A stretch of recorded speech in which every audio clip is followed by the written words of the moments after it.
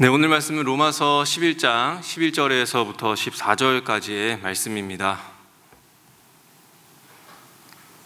네, 우리 11절부터 14절까지의 말씀을 우리 함께 읽도록 하겠습니다. 읽겠습니다. 그러면 내가 묻습니다. 이스라엘이 걸려 넘어져서 완전히 쓰러져 망하게끔 되었습니까? 그럴 수 없습니다. 그들의 허물 때문에 구원이 이방 사람에게 이르렀는데 이것은 이스라엘에게 질투하는 마음이 일어나게 하려는 것입니다. 이스라엘의 허물이 세상의 부요함이 되고 이스라엘의 실패가 이방 사람의 부요함이 되었다면 이스라엘 전체가 바로 설 때에는 그 복이 얼마나 더 엄청나겠습니까? 이제 나는 이방 사람인 여러분에게 말합니다. 내가 이방 사람에게 보내심을 받은 사도이니만큼 나는 내 직분을 영광스럽게 생각합니다. 나는 아무쪼록 내 동족에게 질투심을 일으켜서 그 가운데서 몇 사람만이라도 구원하고 싶습니다. 네, 반갑습니다.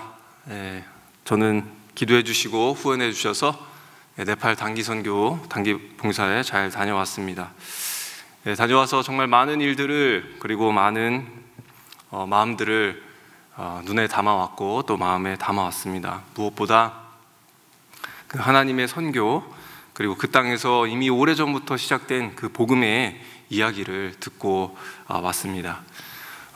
오늘 로마서 본문과 함께 그 네팔에서 벌어지고 있는 또 이야기와 그리고 함께 네팔 땅을 위해서 기도할 제목들을 나누면서 이 시간 함께 기도하면 좋겠다라는 생각으로 말씀을 준비해 보았습니다.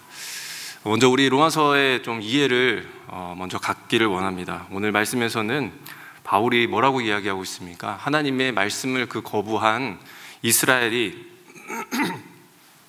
불순종으로 말미암아 지금 그들에게 일어난 상태에 대해서 이야기하고 있습니다. 그래서 11절 말씀에 보면 그들이 완전히 쓰러졌다, 망하게 되었다라고 그렇게 되어 있는데 이걸 원어적으로 좀 더 살펴보자면 그들이 멸망한 상태에 있다, 아주 비참한 상태에 놓여져 있다, 그야말로 하나님의 엄벌에 처해져 있는 그런 모습이 그들에게 있다라고 그렇게 나와 있습니다. 하나님과 멀리 떨어져 있게 되면 이러한 상태에 놓이게 된다, 이런 결과에 이르게 된다라고 하는 것을 말하고 있는 것이죠. 그러니까 이 이스라엘들의 모습은 누가 봐도 참 비참하기 짝이 없는 그런 모습인데 바울은 이 모습에 대해서 굉장히 다른 의견을 내놓는 것입니다. 이스라엘이 하나님께 꼭 버림받은 그런 모습 같지만 사실은 그렇지 않다. 이것은 너희에게 오히려 질투하는 마음이 일어나게 함으로 말미암아 너희들이 다시 하나님 품으로 돌아오게 하려는 그 하나님의 원대하신 계획이다라고 하는 것을 지금 바울이 이야기하고 있는 것이죠. 가끔요 저희 자녀들도 그렇지만 어떤 한 가지의 물건을 가지고 굉장히 질투하고 싸울 때가 있습니다. 평소에는 참 별거 아닌 그런 물건인데 두 아이가 갑자기 그 한 가지의 물건에 동시에 꽂히게 되면 서로 질투하고 분을 내기도 합니다. 오늘 아침에도 저희 두 아이들은 풍선 하나를 가지고 난리를 쳤는데 제가 그 모습을 두고 그냥 출근을 했는데요. 평소에는 그 풍선 공 근처에도 가지도 않는 그 아이들이 갑자기 한 아이가 풍선을 막 만지고 있으면 옆에 있는 아이가 괜히 그 풍선이 재미있어 보이고 좋아 보이니까 어떻게 합니까? 샘을 내고 분을 내기도 하고 질투하기도 하죠. 그게 그렇게 배가 아프고 참 샘이 나는가 봅니다.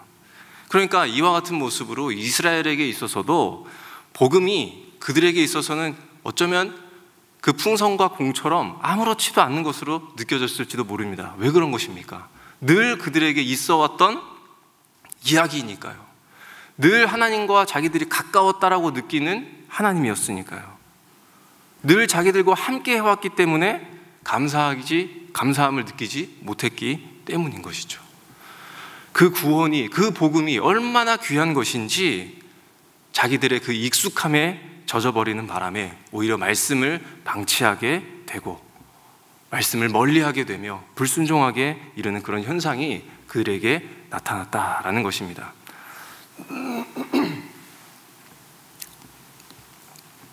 그런데 이 복음이 이제 방향을 틀기 시작하는 것이죠.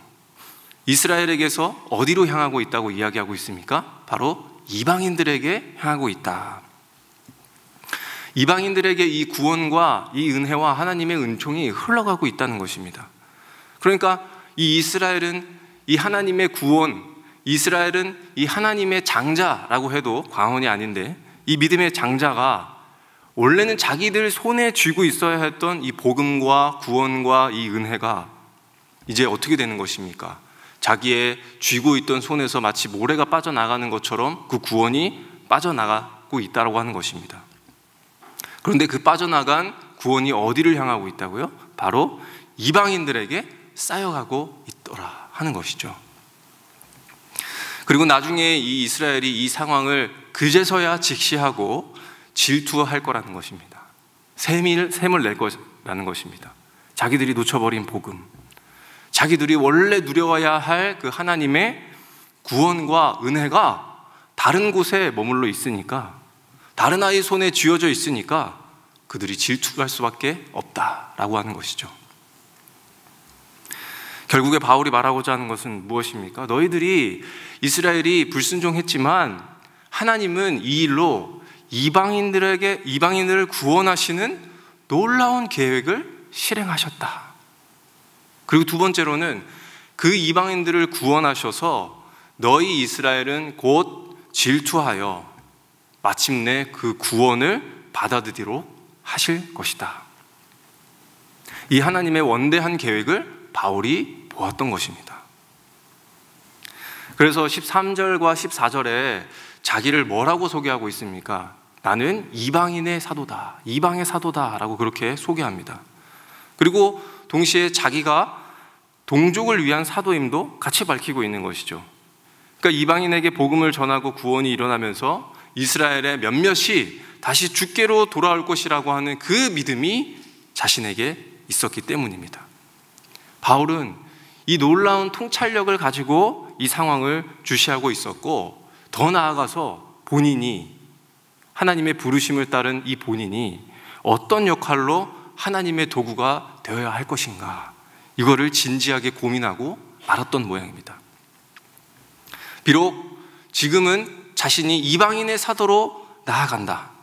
그런데 그 이유는 이스라엘이 미워서도 아니고, 이스라엘이 나태해져서도 아니고, 말씀을 버려서도 아니며, 내가 이스라엘을 포기해서도 아니고, 하나님이 버린 것 같아서도 아니고, 오히려 이스라엘이 은혜를 누리도록 하기 위해서 지금 자신은 이방으로 나아간다라는 그 말인 것이죠.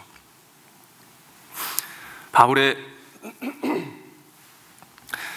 이 판단과 이 비전과 소망을 보면서 저는 이 네팔에서 만난 한 선교사님의 이야기가 떠올랐습니다.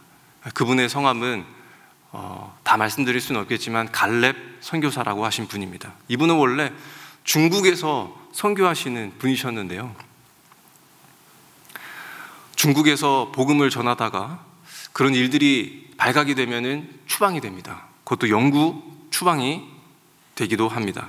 그런데 특별하게 이분에게는 공안들이 찾아와서 네가 여기에서 복음 전한 일들 내가 비밀로 하겠다. 그럼 네가 알아서 자진해서 나가면 내가 이 일들에 대해서는 문제 삼지 않겠다 라는 그런 협박과 친절이 섞인 말들로 강제로 추방을 시켰다고 합니다.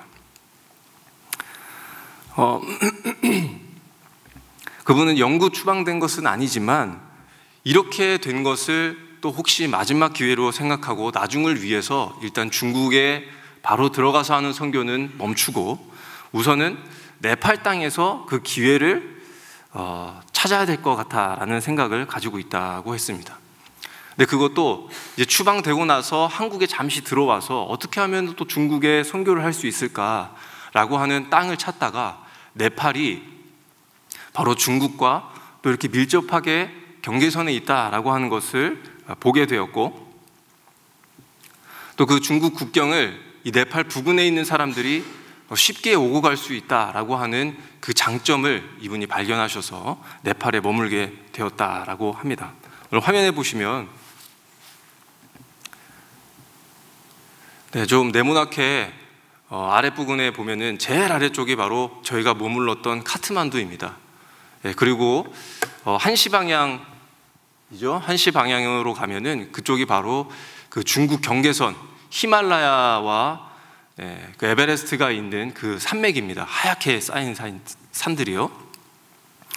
그래서 지금 이제 이 갈렙 선교사님이 지금 사역하고 있는 곳이 바로 저 중간에 끼어 있는 러수아라고 하는 지역입니다. 그곳에서 이제 티벳 사람들을 만나서 그 티벳이라고 하는 미전도 종족 사람들을 만나서 거기에서 예배하고 가르치고, 그리고 그곳에서 학교 후에 하는 방과 후 활동에 힘을 내서 거기서 차세대 지도자들을 지금 만들어내는, 영적 지도자나 또 선교사를 만들어내는 그런 일들을 저곳에서 하고 있습니다. 그래서 카트만두에서 러수아까지 가는데 차량으로만 무려 7시간이 걸립니다. 저희들도 그곳에 다녀왔는데요, 가는 길이 참 험하고 만만치가 않습니다. 비가 오면 산이 무너져 내려서 끊기기도 하고, 더 많이 내리면 그 땅이 산길이기 때문에 진흙같이 너무 찰지고 해서 결코 들어갈 수가 없는 참 어려운 곳입니다. 그래서 저곳에서 아이들을 가르쳐서 중국으로, 또 카트만두로, 또 네팔에 있는 땅으로 이 청년들이 될 때까지 기다렸다가 잘 양육했다가 이들로 하여금 복음화시키기 위한 그 소망을 가지고 계속해서 이 선교사님이 사역을 하고 계셨던 것이죠. 다음 화면을 좀 보여주시면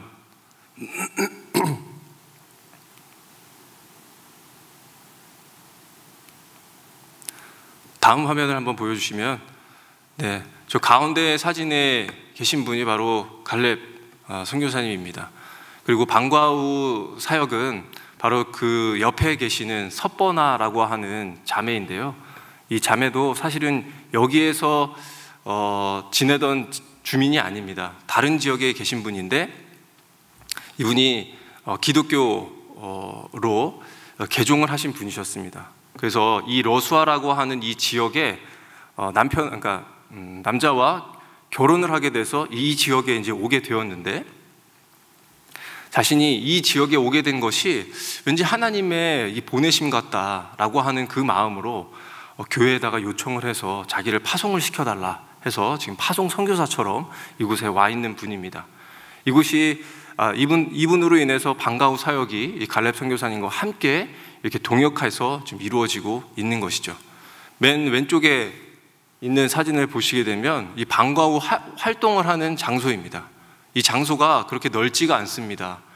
어른 한 20명이면 10에서 15명 정도면 꽉 차는 그런 방이고요.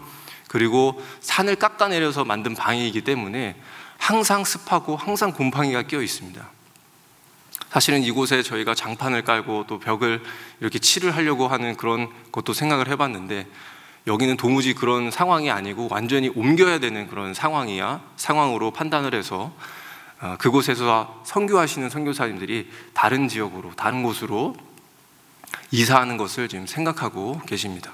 그리고 그 아래쪽에 보면 산으로 이렇게 이루어진 곳이 있는데, 저기가 바로 방과 후에서 문을 열고 보면 보이는 장소입니다. 근데 저 장소가요, 저렇게 예뻐 보이지만 사실 3걸음만 가면 바로 앞이 낭떠러지입니다.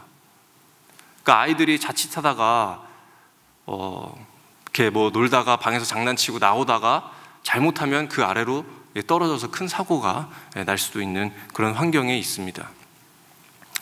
아무튼 이 갈렙 선교사님은 이 방과 후 사역 말고도 그 지역 중에서도 좀 가난하다라고 생각하는 그분들을 그 현지 목사님과 함께 의논하고 상의하여서 돕는 일들을 하고 있었습니다. 매월 한 번씩 방문을 해서 저렇게 필요한 물품들을 지원하고 또 후원금을 전달해주는 그런 역할들도 하고 있었습니다.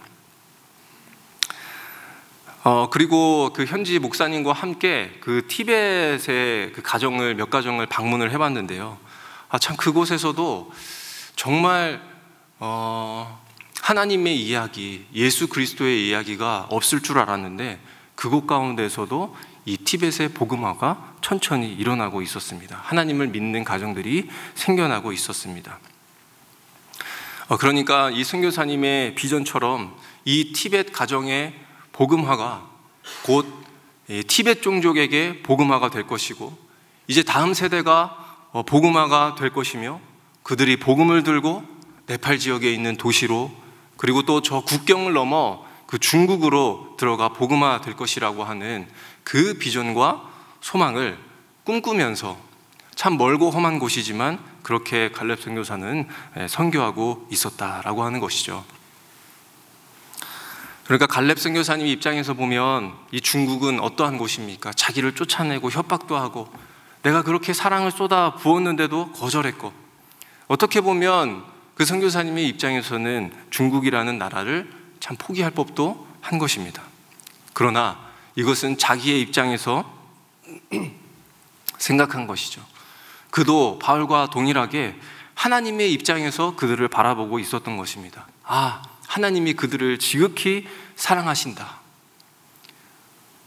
선교사님은 그 믿음으로 이방인 중에 이방인, 바로 이 티벳 종족에게 그렇게 천천히 조금씩 복음을 전하고 있었습니다. 중국은 막혀버리고 말았지만 그 복음은 여기 네팔 그리고 러시아 땅으로 돌아오게 된 것이죠. 그래서 오늘 로마서 말씀에 이 바울에 의한다면 중국의 미래는, 중국의 선교는 어떻게 보아야 되는 것일까요? 중국이 버림받은 것이 아니라는 것입니다. 자신들보다 먼저 복음을 받아들인 그 티벳을 보면서 질투하여 이내는 말씀을 받고 구원을 받게 될 것이라고 하는 그것이죠. 바울도 그렇습니다. 비록 이스라엘이 불순종함으로 하나님의 진노를 지금은 받아내고 있지만 그들이 결코 버림받지 않았다. 오히려 이방인에게 구원이 흘러 질투함으로 그들이 다시 하나님 안으로 들어올 것이다 라고 하는 이 하나님의 원대한 계획을 보았던 것입니다. 바울이 하나님의 원대한 계획을 어떻게 볼 수가 있었을까요? 바로 하나님을 사랑하기 때문입니다.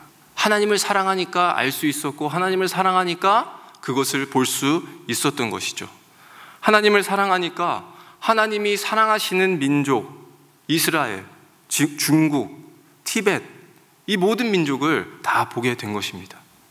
그들 역시 믿음으로 말미암아 아브라함의 후손이 될 것. 바울은 이 일에 포기하기보다는 이방의 사도로 하나님의 도구가 될 수밖에 없다라고 하는 그 생각을 하게 된 것입니다. 그런 바울을 통해서 하나님의 구원이, 하나님의 선교가 계속 이어져 갈 수밖에 없었던 것이죠. 그래서 바울의 믿음은 이스라엘도 이방인도 모두 다 하나님께서 구원하신다라고 하는 그 믿음이었습니다. 한 사람, 한 민족의 그 불순종에도 불구하고 구원하시겠다라고 하는 결코 꺾을 수 없는 그 하나님의 의지를 바울이 설명하고 있는 것입니다. 그 사랑에 변함이 없으신 그 하나님의 놀라움을 선포하며 증거하고 있는 것이죠. 그렇다면 우리의 반응은 어떻게 해야 할까요? 그 민족을 위해 기도하는 일도 참 중요합니다. 그러나 우리도 하나님의 선교가 지금 어떻게 진행되고 있는지를 우리가 보며 확인해야 합니다. 그 현장에 일어나는 하나님의 계획, 복음화되고 있는 그 하나님의 기쁨을 확인하면서 우리가 정말 진실된 힘을 실어 주어야 하는 것이 마땅하다고 생각이 듭니다. 그래서 이번 네팔에서는 우리 장재정 선교사님과 함께 우리가 도대체 무엇을 보며 무엇을 가지고 기도해야 할지를 함께 나누고 또 돌아왔습니다. 저는 이 시간 함께 기도 제목으로 세 가지를 내어드릴 텐데, 이 기도 제목을 가지고 함께 기도해 주시면 참 좋겠다는 생각이 있습니다. 크게 세 가지 있습니다. 우리 첫 번째를 보시게 되면 카트만두에 있는 우리 지역 교회가 있습니다. 이 전에 네.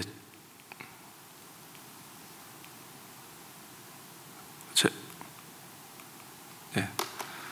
자, 여기 사진을 보게 되면 여기는 타파탈리라고 하는 지역입니다. 그래서 타파탈리 벨리 교회라고 하는데요. 이 교회를 위해서 기도해 주시면 감사하겠습니다.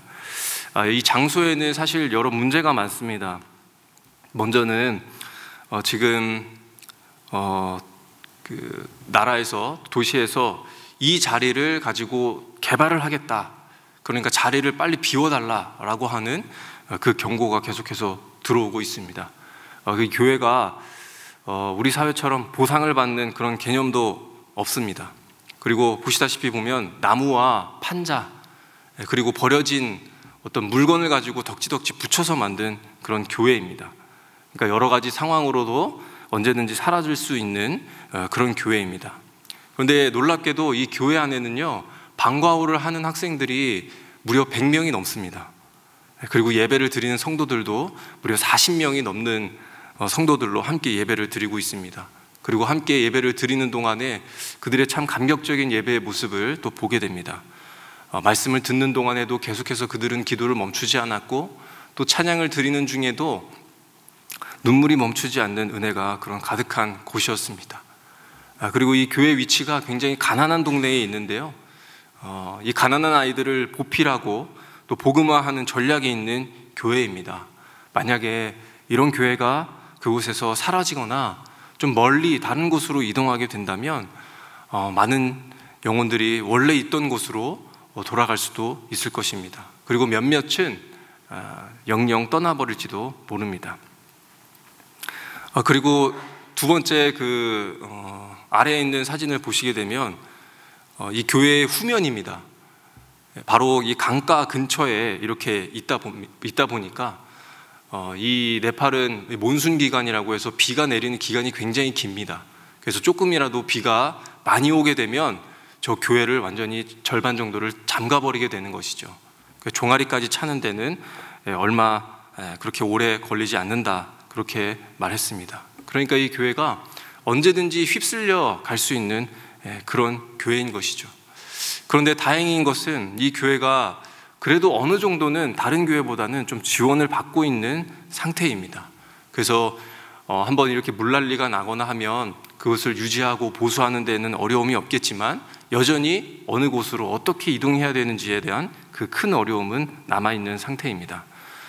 이 타파탈리 밸리 교회가 계속해서 자기가 수행하고 있는, 이 교회가 움직이고 있는 사명과 은혜와 또 계속해서 이 네팔 땅에서 은혜의 복음의 메시지가 울려 퍼질 수 있는 그런 교회로 자리 잡을 수 있도록 우리 이사 문제와 재정과 이 영혼들을 위해서 함께 기도해 주시면 감사하겠습니다. 그리고 두 번째 기도 제목인데요, 두 번째 기도 제목은 역시 저희가 머물고 있던 장소에서 얼마 걸리지 않는 30분 정도 차로 이동해서 있는 지역입니다. 바로 태초라고 하는 지역입니다. 그 창세기 1장 1절에서 나오는 그 태초, 그것과 동일한 이름입니다. 선교사님이 이 동네 주민들과 개인적으로 관계를 하고 계시더라고요. 원래는 병원에서 이 의료 활동을 하는 비자로 받아오셨기 때문에 개인적으로 하는 의료 활동은 불법입니다. 그런데 한 가지 제도가 있었는데요, 동네 주민들이 방문해서 의료 활동을 하기 원한다라고 하는 동의가 있으면 그것은 합법적으로 할 수 있는 제도가 있다고 합니다. 아무래도 선교사님이 그 제도를 사용하신 것 같습니다. 너희들이 원하면 오겠다, 요청을 해달라. 그래서 주민의 동의를 다수 얻어서 그것을 정부에 제출하고 이제 합법적으로 그렇게 의료 활동을 하고 계시는 것이죠. 그렇게 해서 집을 방문하기도 하고 길거리에서 치료하기도 하고 그들이 아픈 곳을 돌보아주고 또 병원에 오라, 이렇게 이야기를 하는 그런 지역이었습니다. 그리고 이 태초라고 하는 이 동네가 이름과는 달리 굉장히 무서운 곳이었습니다. 왜냐하면 여기에서 그들의 이야기를 빌자면 7년에 한 번씩 인신제사를 드린다고 합니다. 사람을 바쳐서 드리는 그런 제사가 있다고 한 것이죠. 그런데 이것도 정확한 것은 아닙니다. 왜냐하면 한 주민이 이 선교사님에게 농담인지 진담인지 그런 일들을 드렸다고, 어제 드렸다고 이제 그렇게 말을 했다고 합니다. 농담이어도 그 말들이 저희에게 있어서는 굉장히 큰 충격이었고 선교사님도 굉장히 놀랐다고 이야기하고 있습니다. 그래서 이 태초 마을에는요, 네팔의 모든 마을이 그렇습니다. 마을 중간중간마다 큰 사원들이, 작은 사원들이 이렇게 놓여져 있습니다. 여기 같은 경우에는 공원처럼 되어 있고요. 거기에서 제사를 드리는 곳이 정중앙에 있고 또 그 주변에서 아이들이 공을 차고 뛰어놀고 있습니다. 그리고 그 아이들은요, 어른들이 제사 드리는 그런 모습을 보고 똑같이 따라하기도 합니다. 그 향내를 맡으면서 가짜 신들을 섬기는 그 모습, 그리고 굉장히 경건하게 제사 드리는 그들의 모습을 바라보고 있었는데 굉장히 참 마음이 아팠습니다. 그런데 그곳에서 참 신기한 일이 있습니다. 첫 번째 보시게 되면은 그 태초 지역에 있는 한 가정의 문지방 위의 모습입니다. 바로 십자가가 달려있죠. 이 지역 중에 기독교 가정이 있다라고 하는 것입니다. 그리고 그 맨 이쪽 오른편에 이제 아래쪽에 보시게 되면 저 네모나게 쳐진 것이 바로 십자가입니다. 근데 그 십자가 옆으로 저 뒤쪽으로 가보게 되면요, 그 동네에서 가장 큰 사원입니다.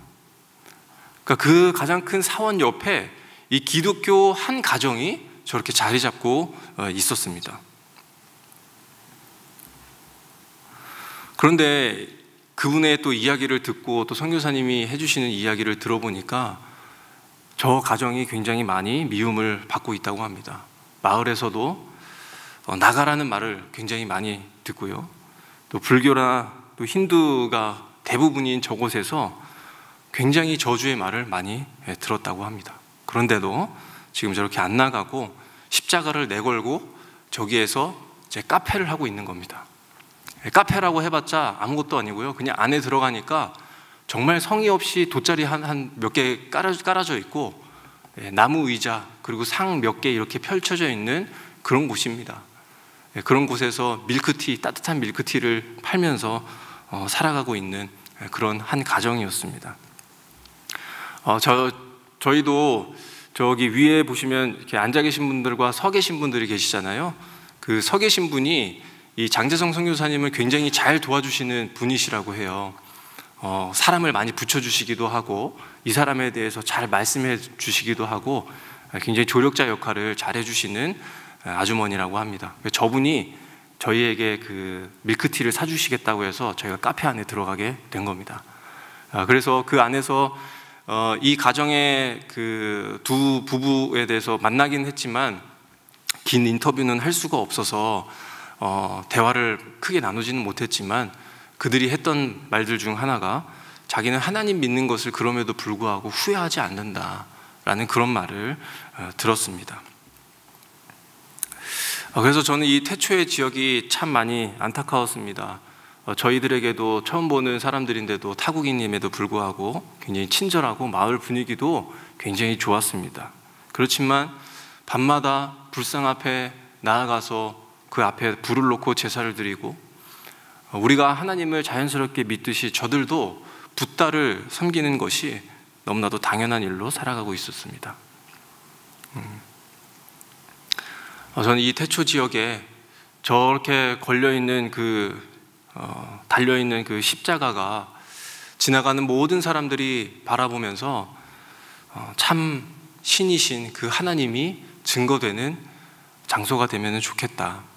그리고 그 아들의 피값으로 우리 모두가 산자가 되었음을 알고 누리는 은혜가 이곳 태초에 그 땅에 임하면 좋겠다라는 그런 생각을 가져보게 되었습니다. 우리 성도님들께서도 이와 같은 기도 제목으로 함께 기도해 주시면 참 감사하겠습니다. 그리고 세 번째 기도 제목인데요, 여기는 장재성 선교사님이 의료 활동을 하고 계신 아난다반이라고 하는 병원입니다. 첫 번째로 이 병원에서는 지금 재정적인 어려움이 있습니다. 원래는 여기에서 WHO나 또 그 나병 환자를 돕는 기관에서 매년 10억씩 이렇게 후원을 해주고 있었다고 하는데요. 요즘에는 많이 줄어서 한 7억 정도로 그렇게 제공을 받고 있다고 합니다. 그렇게 되면은 이제 제대로 된 어떤 치료나 보조를 할 수 없게 되고 그렇게 되면은 이제 문을 닫게 되게 되는 것이죠. 이 병원이 그래도 엄청나게 나병으로서는 세계적으로 연구를 하고 있고 굉장히 또 유명한 병원입니다. 그리고 이 나병에 걸린 환자들을 계속해서 무료로 치료하고 또 회복을 돕는 그런 미션 병원입니다. 그러니까 나병 환자에서 들어가는 식비나 수술비나 또 가족들을 보필하는 모든 비용들이 이곳에서 발생하고 이곳에서 이루어지고 무상으로 제공되고 있는 것이죠. 그러니까 이 병원은요, 참 치료뿐만이 아니라 복음적으로도 굉장히 중요한 역할들을 하고 있습니다. 그래서 문을 닫으면 이 영적으로 더 큰 손실이 있게 되는 것이죠. 이곳 병원에는요, 그 환자들뿐만 아니라 그리고 장재성 선교사님뿐만 아니라 참 복음으로 가득한 그 닥터들이 많습니다. 기독교 의사들이 많습니다. 이 중에 한 분은 1951년에 최초로 개종하여 또 기독교로 개종한 우리 의사 선생님 한 분이 계셨고, 또 한 의사는 어릴 적 부모가 이제 나병에 걸리게 되었는데 병원에서 치료를 받다가 복음을 듣고는 가족이 전부 예수를 믿게 된 그런 가정에서 자란 의사도 있었습니다. 그리고 그 두 아들이 전부 의사가 되어서 병원에서 치료하며 복음을 전하고 있는 그 일들에 전념하고 있다라고 그렇게 이야기하고 있습니다. 그리고 그분들 중에 또 한 분은 굉장히 미래가 참 촉망하고 또 밝고 또 굉장히 천재에 가까운 의사 한 분이 계셨는데, 그분도 자기의 명예와 또 부를 다 던져놓고는 정말 이 아무도 거들떠보지 않는 그런 나병 병원에 와가지고 환자들을 돌보고 있다라는 그런 이야기를 듣고 굉장히 감동받았습니다. 그런데 이 병원이라고 하는 것이 또 잘 되면 잘 되는 대로 정부에 빼앗길 요소가 생기게 됩니다. 그렇게 수많은 병원들이 이 정부의 손에 들어가게 됐고요. 그래서 가난한 사람들이 치료받을 수 있는 그 권리를 많이 빼앗겼다고 이야기합니다. 이 사진을 보시면 지금 나병으로 치료를 받고 계신 분입니다. 나병은 이제 피부가 떨어지거나 썩어서 이제 문드러지거나 하는 그런 병도 있지만 경직이나 경화가 돼가지고 이렇게 움직일 수 없는 그런 상태에 놓여져 계신 분들도 계십니다. 이분들은 굉장히 손이 양호하신 분들이시거든요. 근데 저희가 가가지고 네일 아트를 해드렸는데 너무나도 행복해하시고 너무나도 기뻐하셨더랍니다. 자기의 그 썩어지고 문드러지고 이 뒤틀린 손가락만 보다가 그 손톱에 색깔이 들어가 있는 그런 모습에 정말 마음이 밝아지고 기뻐지는 그런 모습에 장재성 선교사님도 그리고 병원에 있는 협력자들도 굉장히 기뻐했다라고 하는 그런 소식들이 있었습니다. 네, 그래서 저분들이 나병 환자 병동에서 함께 모여서 예배를 드립니다.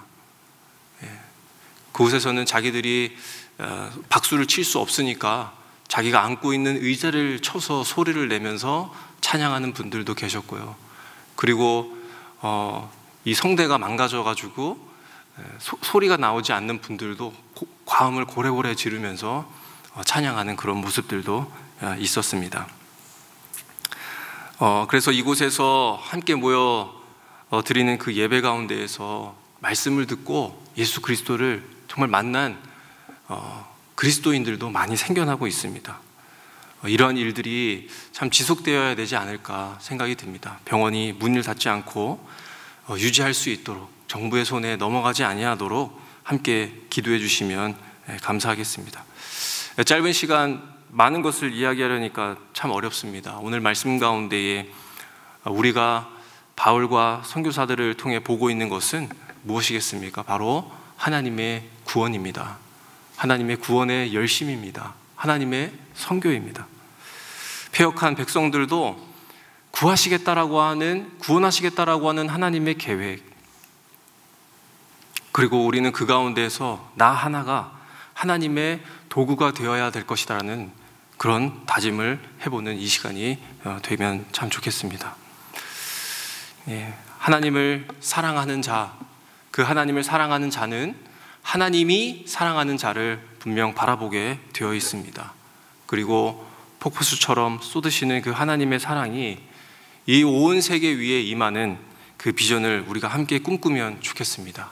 그리고 하나님의 선교를 위해서 기도하며 또 수고하시는 선교사님들을 위해 좀 기도하는 이 시간이 되면 좋겠습니다. 네, 우리 함께 첫 번째 기도할 제목과 두 번째 기도할 제목인데요. 우리 아까 말씀드렸다시피 우리 러수아 지역을 위해서, 그리고 타파탈리 밸리 이 교회를 위해서 우리 한 번 더 들으신 내용들을 좀 기억하시면서 이 네팔 지역을 위해서 함께 좀 기도하며 나아가도록 하겠습니다. 함께 기도하겠습니다.